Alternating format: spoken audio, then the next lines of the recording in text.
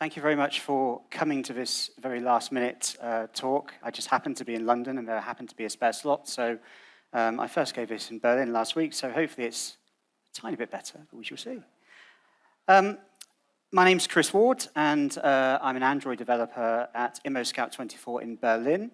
I'll talk about a lot of things today, and some of it will be tough. Some might lead you to have more questions. If so, my Twitter is @ChristopherWard, and my email address is there as well, so you can get me there. A few disclaimers. I'm not a doctor, even though the mental health provisions in medicine are woefully inadequate at best. You must always get your diagnosis and treatment from a qualified medical professional. The second is a content warning. This talk will cover some difficult topics, and it will be dishonest, frankly, for it not to. These will not form the entire crux of the talk, but the following will be mentioned. Mental illness in general, obviously it's the title of the talk.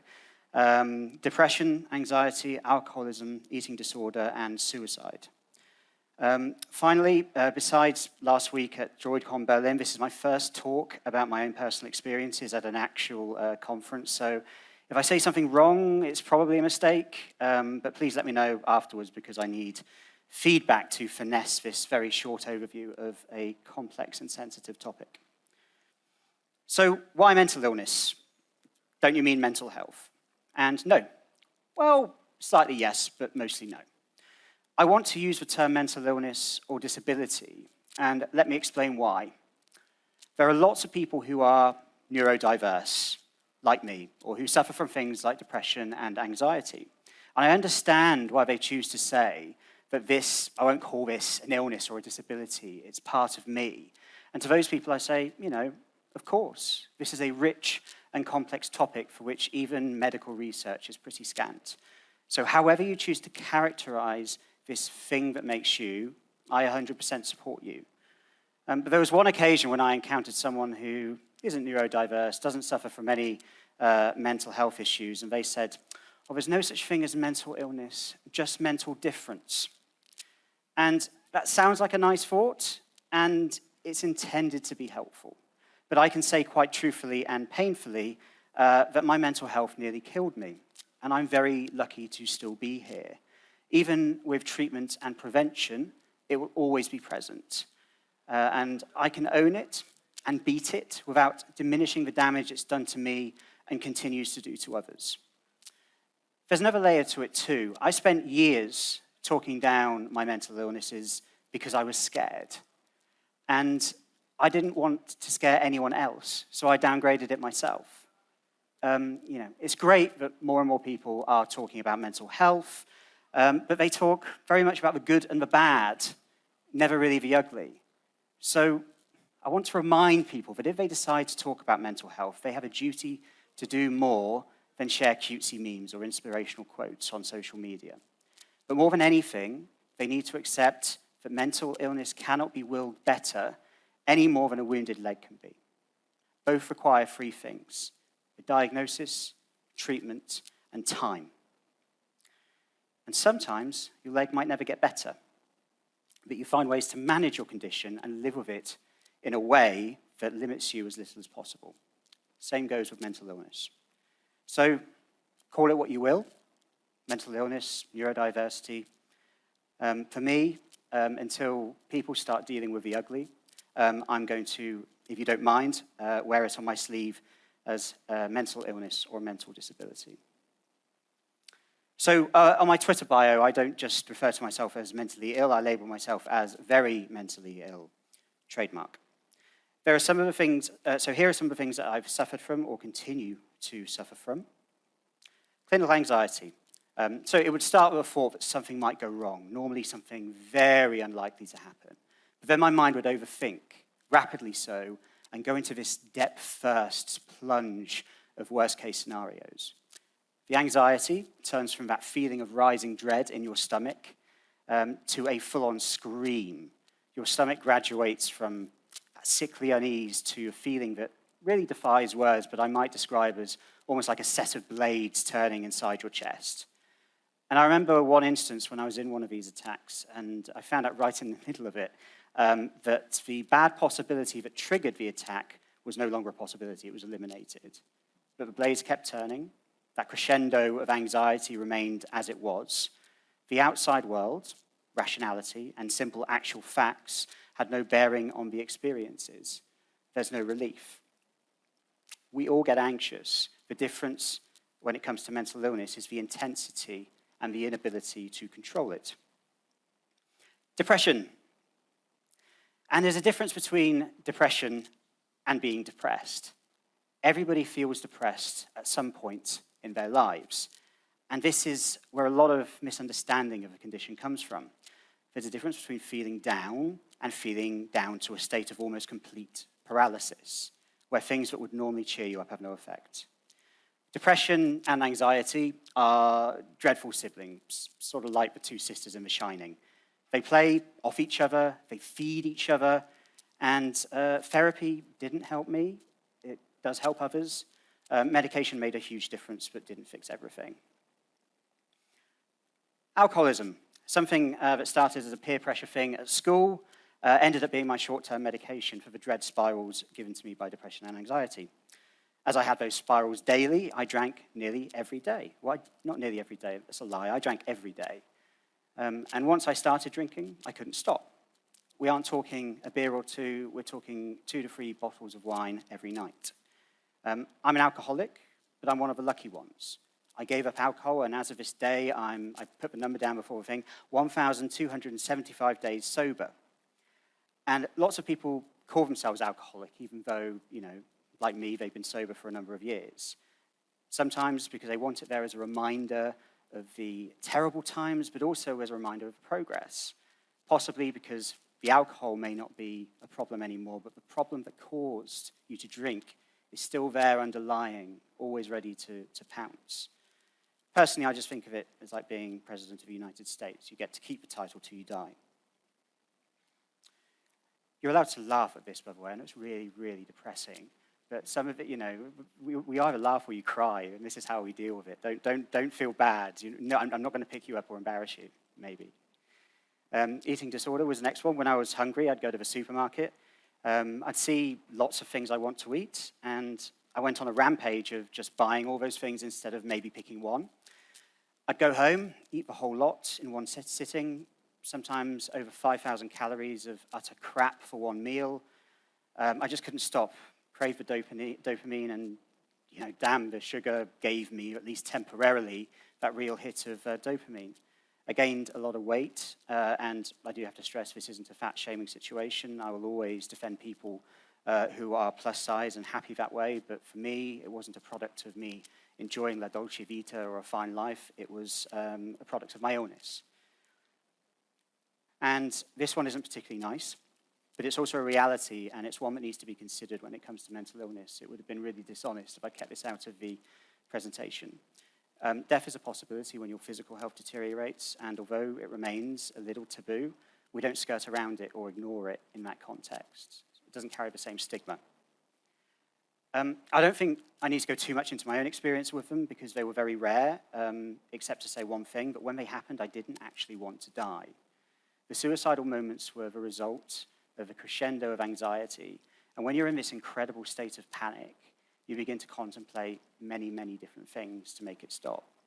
And this is important because when suicide happens, there's a common response from others, which, although it's entirely understandable and well-intended, it indicates a lack of understanding. Normally along the lines of, you'll see on Facebook, if you ever feel suicidal, please reach out to me. There's always a way back, or something similar. But it makes the assumption that the decision to end one's life is a result of rational thought. Sometimes it is, but I can tell you for me it wouldn't have been. It would have been a sudden impulse, not because I wanted to end my life, but because at that moment I was not myself, and I was responding to a very irrational mental state.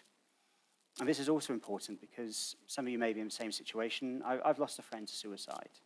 And the last conversation I had with him on Facebook was when he started the same medication as I was taking, and he had a few questions about the impact and side effects and what have you. And I forgot to check up on him. And when I found out about his death, I don't know why, I just instinctively opened the Facebook Messenger chat, and rather mockingly, there was that blinking cursor giving me the ability to send a message that would never ever be read. And I kicked myself thinking I could have done something. But the real answer was no, I couldn't have.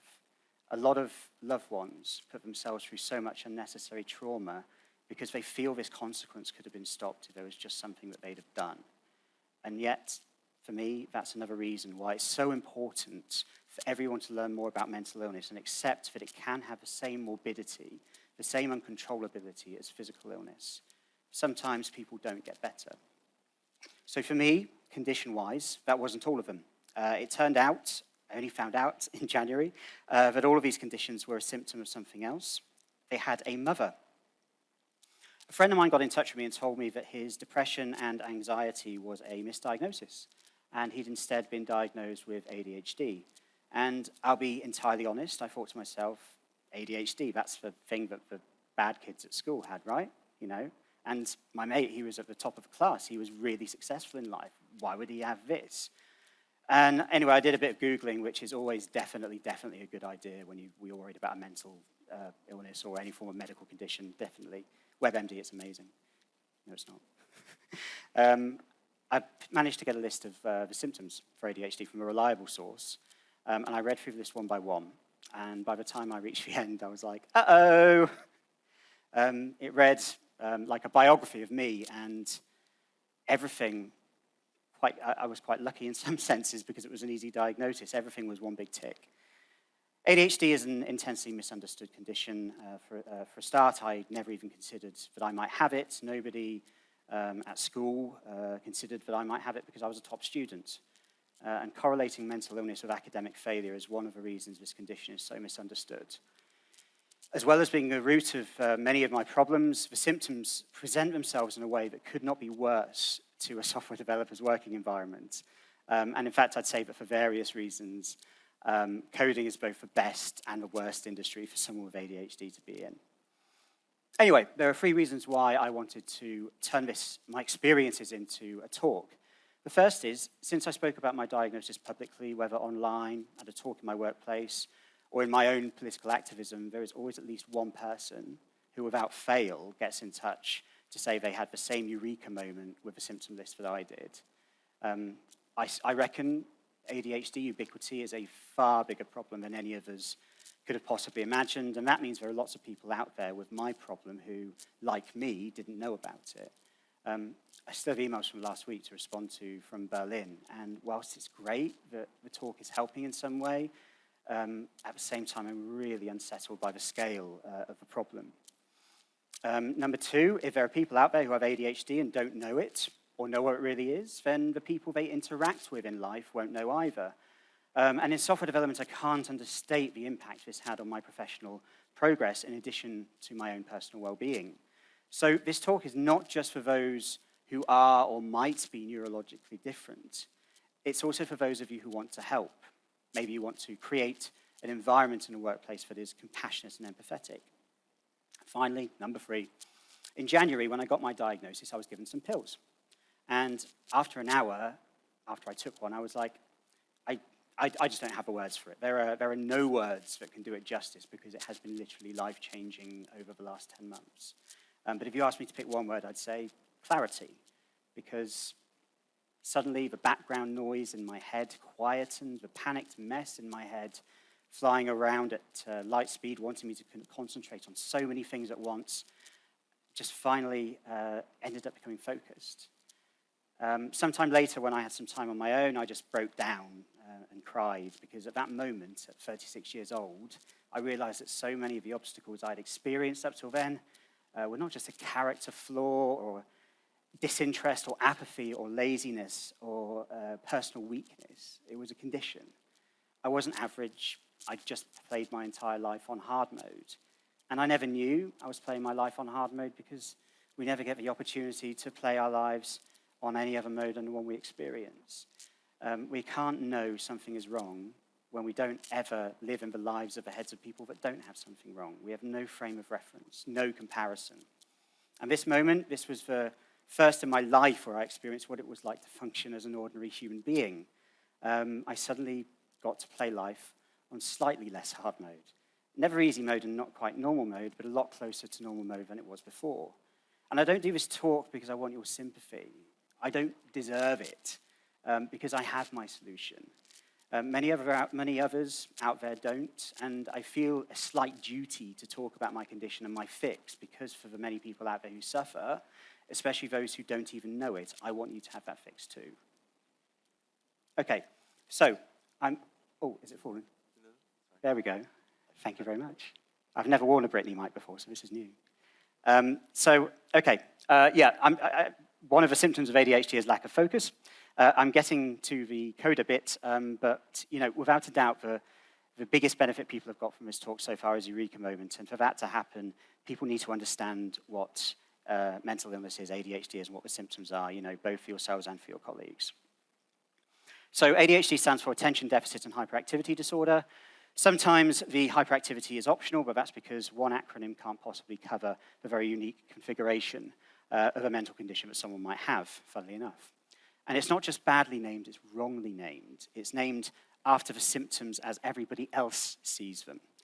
So as such, I'm going to list the symptoms as they are seen by other people, especially from the context of working as a software developer.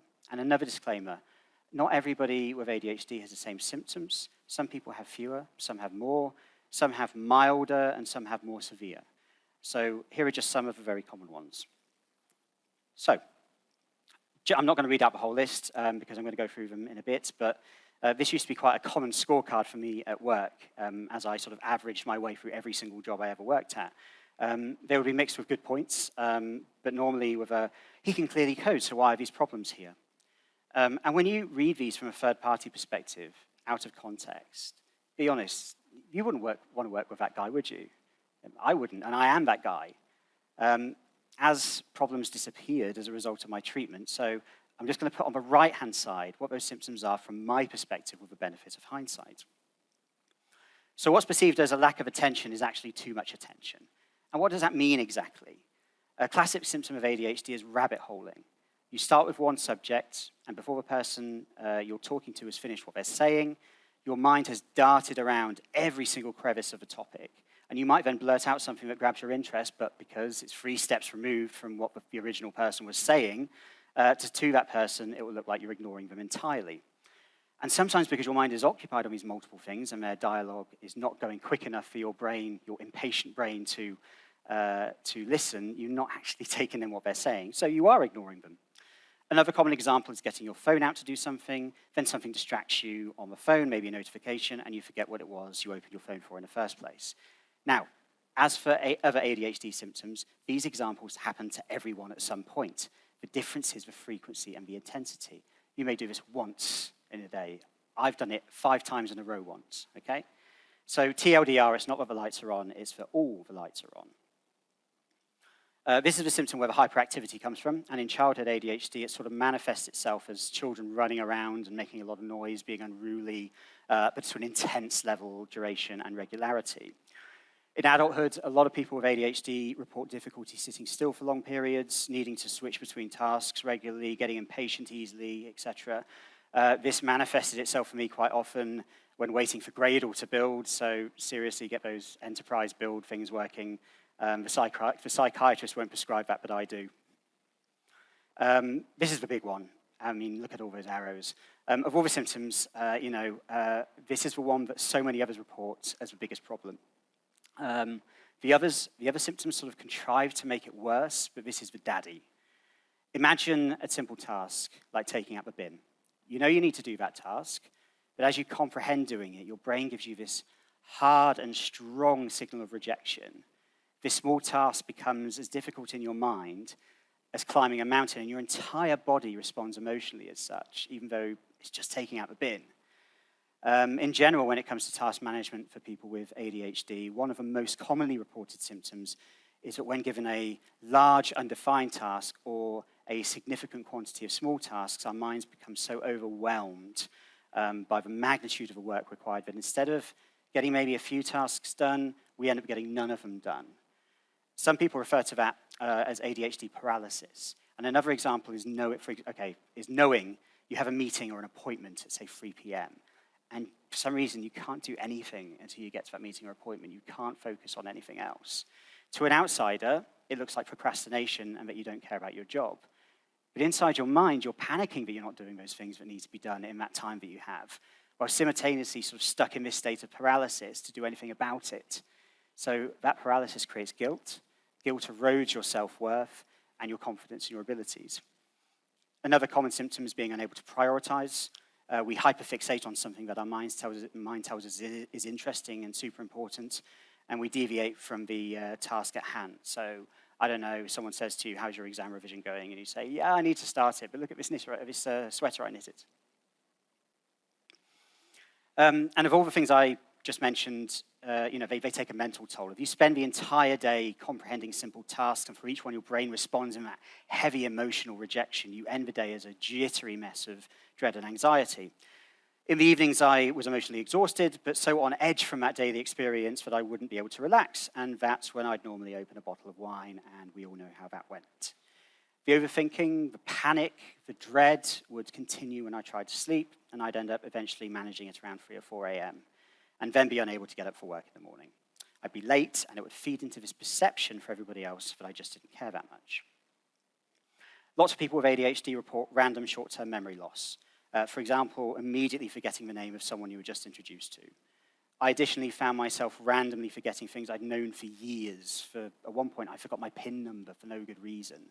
I'd find myself introducing a friend of mine to people who I'd known since childhood, and I'd just forget their name for once again, no good reason, and a few moments later, I'd remember it. In the workplace, when you're asked to explain a concept, for example, the flow of a project you've been working on, maybe, and although you've been working on it for weeks, your brain questions you as you explain it. It gaslights you. You end up reevaluating yourself and saying, is the thing I just said right? You end up mixing up words, and it ends up making yourself look incompetent, or that you don't know what you're talking about as you tie yourself up in that pointless charade. One final key one is impulsivity, a very common symptom. That those with ADHD make very impulsive decisions on things like buying stuff they don't need, for example, or making quite significant life decisions on a whim. Or as I found out, walking into a supermarket to buy one specific thing and leaving with a lot of alcohol and a lot of junk food. Another common symptom, not always a bad one actually, is hyperfixation. Suddenly becoming interested in a new thing, maybe a new skill, for example, and you learn that skill in a surprisingly quick time. And it's especially common when you're procrastinating. By the way, my pills eliminated a number of these symptoms, and for the rest, they gave me the space to work out how to manage them. In fact, it was my pills that led me to realize that I had some of those symptoms in the first place, because after taking them, I suddenly realized they weren't there anymore. In the last 10 months, my work appraisal has gone from below average to near top marks. I lost 20 kilos of weight and stopped throwing money down the drain because my impulsiveness had been tempered. It probably was a reason for my alcoholism too, but I don't want to tempt fate by testing that. I'm attentive. I don't get sleepy after an hour of learning. In the evenings after work, the dread and anxiety has been replaced with calm relaxation. My insomnia is gone, and I wake up most mornings at around 6 to 7 a.m. and go for a 8-kilometer walk around a disused airfield. So this person that used to wake up on Saturdays in the afternoon is apparently a morning person. I just finished standing in an election in the country I moved to only 4 years ago and didn't speak the language when I arrived. I've learned more German since taking the meds in the last 10 months than I did in the previous 3 years. And things, still get bad. There's no magic solution. But the medication gives me the agency to now at least pick myself up and gives me the room to deal with those things. And most importantly, since then, I've not once had a suicidal episode. So I like this quote, so I wanted to put it in here somehow, no matter how irrelevant. Some of you in here may be diagnosed with ADHD, some may have suspected for a while, and others may have not realized, watched this talk and gone, uh-oh. So how do you survive having ADHD as a coder? Obviously, I managed it for years before I was diagnosed somehow, and the treatment I manage it with it now too. So here are top 3 essential tips I could recommend to you. This is, if you don't take meds and you're waiting for a diagnosis, please do this. Get a to-do list app, add all your daily tasks, all your tasks, and try to make them no longer than sort of 10 to 15 minutes. And if they do, break them down even further, and it's absolutely great JIRA practice. At my absolute worst mental health state, I knew that no matter what happened, if I reached 30 tasks, that I would feel better. I don't know why, but that's just how it worked. And a lot of people with ADHD claim the same. And I'll be honest, everything for me is in that list, even my daily shower, because at my worst, it wasn't even sure that that would happen. It has today, so you can come and say hi afterwards. But when you get a point for it in an app, and it's like a game, it creates that incentive. It's a hack for your brain. It may not work, but quite a lot of people, it's quite common to say it works for them. Another thing we're bad at is looking back on our day and thinking we've achieved nothing, and having that app sort of helps you do that retro. And guess what? It can also become a hyperfixation, because that app has an API. So you can run Python scripts or whatever to bring up graphs and do your own retro on life. So you can turn your weakness into a strength. You can turn your kryptonite into your superpower. And sorry, just on the bottom, there are 2 examples. I use Todoist, but Amazing Marvin is very customizable. For those of you that really want to customize, that's great. For those of you that really reckon you won't do it unless it becomes a habit, just start with Todoist or similar. Anything that gets you into the habit, it's so key. Number 2, I can't recommend this enough, even if you have struggles, and I've heard some horror stories, especially in my home city in Berlin, of people trying to get their diagnosis and the gatekeeping they get from actual medical professionals. There are many different types of treatment for ADHD. The pills work for me, they don't work for others, or the side effects are too much, so they find other ways around it. Whatever it is you feel might help you within the grounds of good medical science, be persistent if this is what you want to try. And I know that's rubbish, because any of you that suffer from mental illness know that persistence is the thing that's very much in low supply. I do want to tackle something very quickly that's a little controversial, though it shouldn't be. Mental illness is invisible.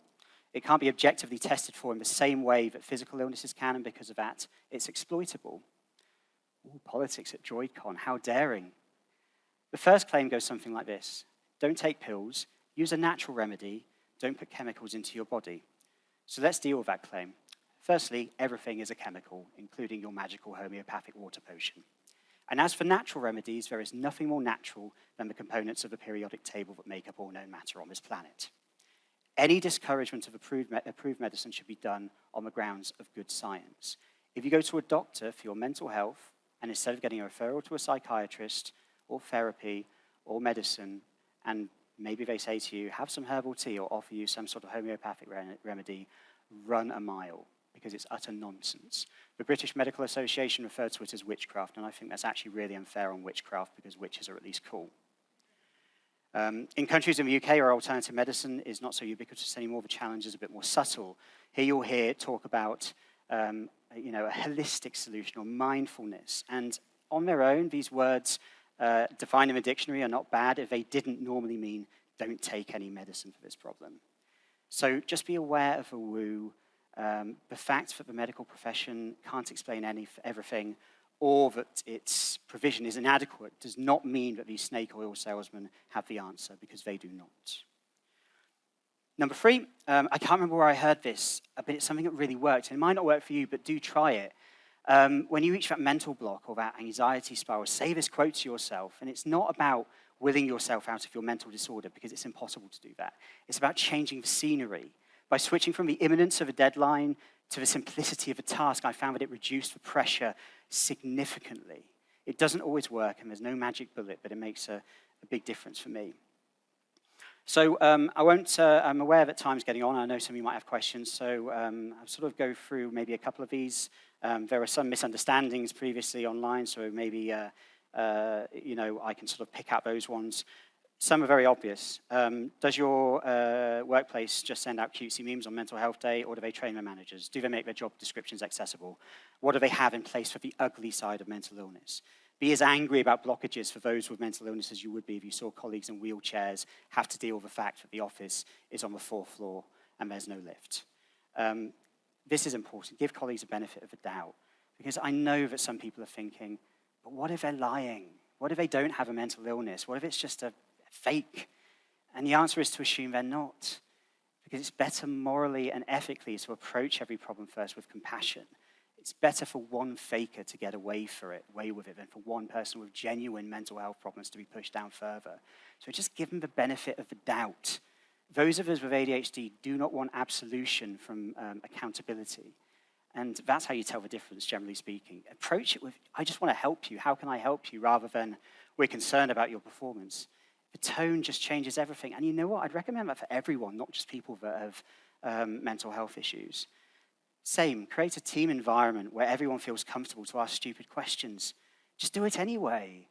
You know, every software problem ends up being something simple. We know that, something we may have missed. A number of times you get a second pair of eyes to look at your code, and it ends up being something really, really basic. So make it so that anyone can ask that stupid question, because I bet you there'll be some people in your team that don't know the answer, and they're just pretending they do because they don't want to look like the one that doesn't know. A team that looks after each other and feels looked after as a team that produces, it speaks for itself.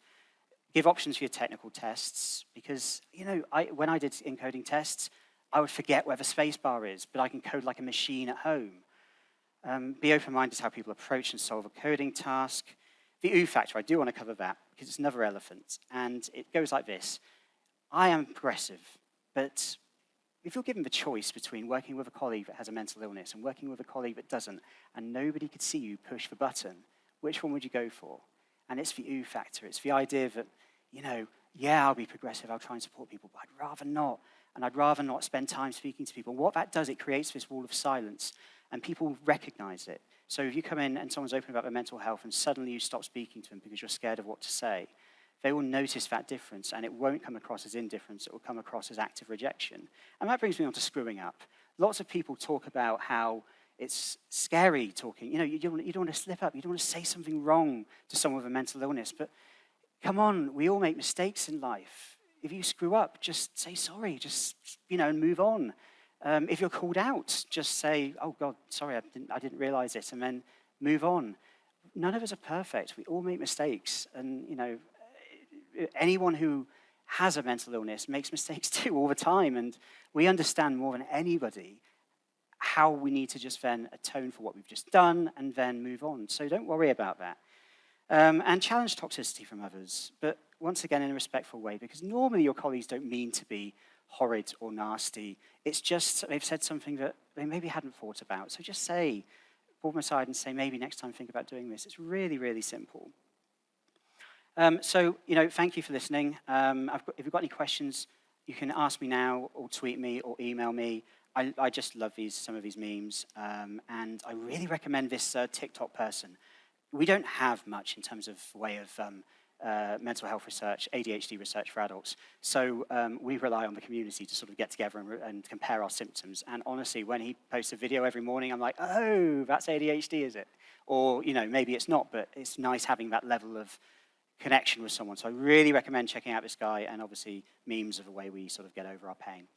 Thank you very much.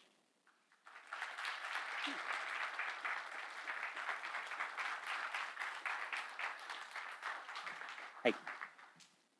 Hi, I'm actually a support worker, and my client is a software engineer and developer, and so also suffers from ADHD. So a question that I'm interested in is, have you ever encountered, and if you have, or if you know about it, what kind of advice would you give, the kind of stigma that sometimes comes in the workplace if you have to take your pharmacology on site, if you have to take your medicines at your desk, because that does happen. I know I work with people who have taken their medicines at their desk, and at the moment, you know, people are working from home. But when Emma's back in the office, it's going to be taking medication at the desk from time to time. There sometimes is some stigma with that. So I was just wondering what your thoughts on that are. Yeah, this comes back to general, I would say the abstract question is do you be open at work in general? And I had this problem when I first was diagnosed. I take my pills at my desk if I need to. My ADHD one I take in really early in the morning, but I also take citalopram for anxiety and depression and a couple of other pills as well. Yeah. And I decided it was better for me to take them at the desk, but once again, the question is very much, how do you get around the stigma? The stigma is controlled by other... People see you taking your meds at your desk and they're thinking, you know, what's going on there? Yeah. Because people can be very quick to judge. They can be. And they can be very ignorant and very, very quick to judge and very slow to understand. Yeah. the problem is the response you tend to get from most people isn't Yeah. disagreement, it's silence. Mm-hmm. So that's why I'm quite open about it. Yeah. I'm open about it also, this is a dreadful thing, because of the perception ADHD has, or general mental illness has, of as if you're being about to be put into Arkham Asylum. Yeah. And people have known me separately. So when I got diagnosed, I'd already been working there for 2 years. Uh-huh. So I decided to just come out and say, yeah, I've got this. Once again, you can't control how other people will behave. I've also had a boss who, once I told him, I thought everything was going to be fine because he said he was supportive. Then I noticed the actions that sort of, almost like constructive dismissal, you'd call it in the UK, where they behave differently and try to get you to want to leave. And I don't have an answer, I'm afraid. It's one of those, with the exception of sort of everybody else who doesn't have a mental illness learning about it, making sure that your company has got a good policy. We rely very much on allies to sort of do that for us. And one thing I would say as well is I speak out about my mental illness. You have no obligation to do it. I don't have an obligation to do it, and I hope I don't make people feel that way. In reality, people should treat you the same as everybody else, and it's a shame that isn't the case. Vielen Dank. Sehr gerne. Anybody else? Maybe do a duet. It would be a waste of a Brittany mic.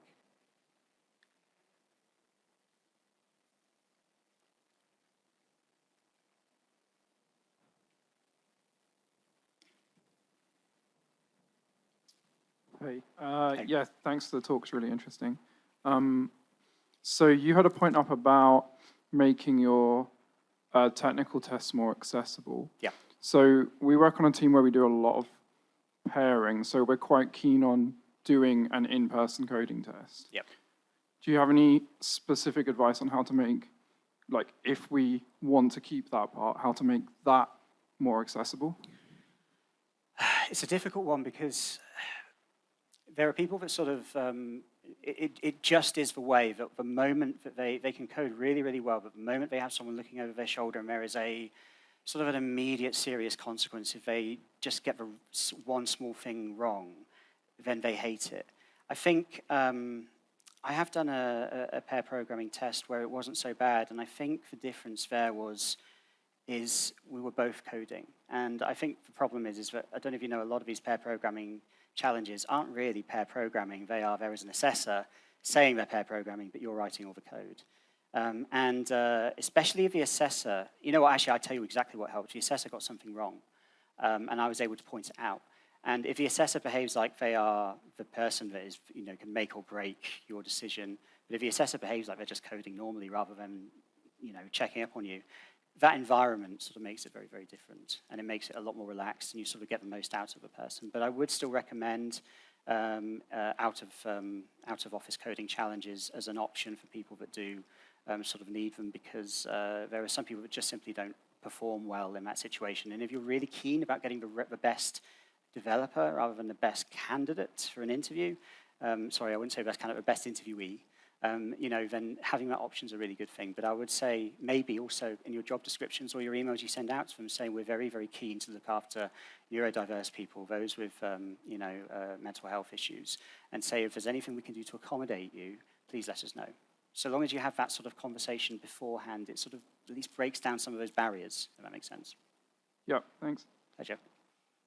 I think we're out of time. Is there any, are we out of time? Do we have time for one more? I don't know if there's any more. No? You'll want to get to a party. Okay. It's the last session. All right, well, it's the last session anyway, so if you have one more, we can do one more. Oh, we have one more, apparently. Go on. Anyone? I don't see you. Sorry. Hi. Thank you so much. That was brilliant. Thank you There's so so much. much talk at the moment about ADHD, and it's really nice to have it explained because there's so many symptoms. But also, especially in the UK at the moment, there's a lot of focus on what those symptoms look like with women. And obviously, Yes. we're in an industry which is extremely male-dominated. And I think it's important that we all understand that those symptoms can look extremely different for women. Yeah. As someone who's neurodiverse myself and has a lot of similarities with dyspraxia, I think it's really fantastic to have this conversation, but more broadly as well. You're speaking from your own experiences, and that's all anyone can do, and I'm really, really glad you are. But yeah, I'm keen that doesn't just stop with the tick box that everyone sees, which is always from a male perspective in medicine.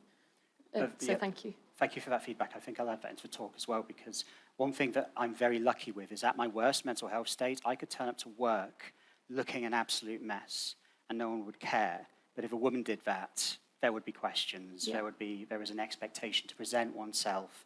And it comes down to privilege at the end of the day. And I think also, for everybody in the room, if you ever get a chance to read it, I really recommend reading Brotopia, written by a woman who has experience in the industry, particularly in sort of the Bay Area. And although there are a lot of extreme examples in there, if you come from a male perspective, really just reading that book and just sort of seeing what women in the industry have to deal with and the differences in the way that they are approached, I can really heavily recommend. So absolutely, and I'll add another disclaimer to this, for obviously my experience has come from a very, very sort of specific area. Everybody sort of has a very different experience. So thank you so much for raising that. It's something that matters to me so much, and my privilege meant I forgot it from my presentation, but I will add it in, so thank you. But thank you, that was brilliant. What was the book? Brotopia. It's Brotopia. I can't remember the person that wrote it, but do Google it on Amazon. Do look for it on Amazon and just read it. It's sort of the sort of. I had this moment where I went through this guilty pleasure of reading Silicon Valley books because they're just dreadful people. Not all of them, but a lot of them. So I really, really recommend it if you just want the guilty pleasure, but also it's very important to sort of understand how different people in this industry. Imagine turning up to this conference and you were the only one of your gender here. Which a lot of women often do. So do have a read of it. It's a really good read. So that's great. Thank you so much, everyone, and enjoy the rest of your time in London at DroidCon. And do feel free to message me if you have any questions. Thank you.